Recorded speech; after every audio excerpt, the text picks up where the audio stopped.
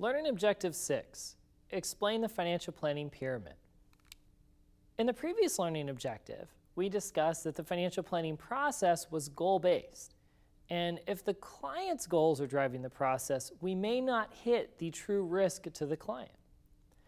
To give you a particular analogy, working with the client comes forward and says, I'm worried about my 401k. I'm not sure how my investments are matching up. I'm worried the market is at an all-time high and I'm afraid it's going to go down. What should I do? Well, if we use the financial planning process, that may be the goal we address. But in the end, the client could be woefully at risk when it comes to disability, when it comes to their car insurance, when it comes to unemployment. The financial planning pyramid is perhaps a better method of developing a financial plan. The financial planning pyramid starts with a base of the pyramid. Our base of the pyramid is uncertainty.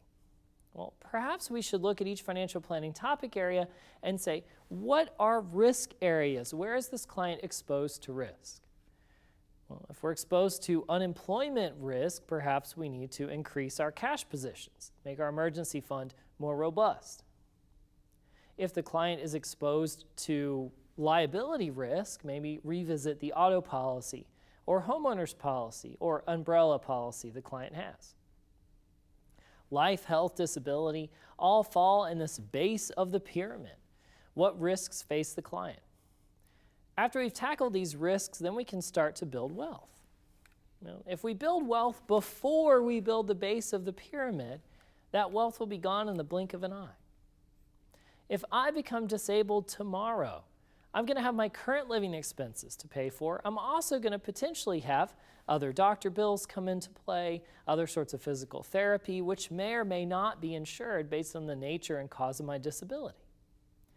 Disability insurance is key to my base. I have to have that in place.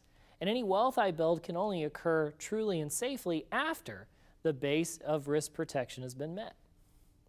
So the second level of the pyramid, growing investments. Well, we can grow within or not in retirement accounts. We can grow for specific purposes, buying a home, buying a second home, buying a car, or we can generally grow our wealth as we do in our home equity. The top of the pyramid is all about distribution. How am I going to distribute my wealth? And the top kind of goes without saying. If we haven't grown any wealth, well, then there's nothing to distribute. So distribution, it occurs in my own spending. All right, well, now I've saved $1 million, so now how do I distribute that over my lifetime? Do I spend $1,000 a month, $5,000 a month, $10,000 a month? And that's a function of distribution. Estate planning is also distribution. All right, well, if I'm gone, what do I want to happen to my stuff? As the old adage goes, dead people don't own stuff. So if I've accumulated wealth over time, then the top of the pyramid is a function of distribution. And helping guide the client through this pyramid-based planning process is going to have dividends for both the client and the planner. We guard against uncertainty, we make our way to investments, we discuss distribution. And this sort of three-tiered process is critical in making sure the client risks are addressed. But moving the client up the pyramid can often be difficult. How do we get that client from a discussion of risk to building wealth to distribution? And it comes down that you, the financial advisor, are the coach. You're going to bring in members of a team to work with a client. You're going to give them all plays out of the playbook. So for a sports analogy, you're going to bring in the accountant, and you're going to work with the accountant and the client, and you're going to help the client move forward along our pyramid. We're going to work with an attorney. If you're not an insurance agent, you're going to bring some in. If you're not a registered rep, you might bring in a broker or wealth manager. But the financial advisor is the coach. We build the team, we coach the team.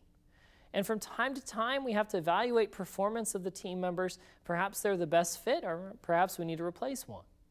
But just keep in mind that you are the coach of the team in helping your client work their way up the financial planning pyramid. And it's your responsibility to help move them from risk protection, wealth accumulation, to distribution.